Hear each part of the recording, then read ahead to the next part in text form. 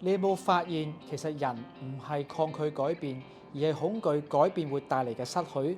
失去安全感、身份認同、關係等等，呢啲咧都係會令人唔敢改變。但好多時候，我哋恐懼嘅咧並唔係真係會發生嘅事，而係一啲咧未被證實嘅信念。心理學家咧就叫佢做 big assumptions， 重大假設。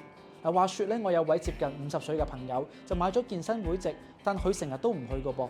傾落先知咧，原來佢驚咧去到做 gym 嘅時候，啲人會笑佢老，怕失去尊嚴。於是咧，佢做健身嘅一位朋友就俾咗個提議佢，不如你試下驗證下你呢個假設啦。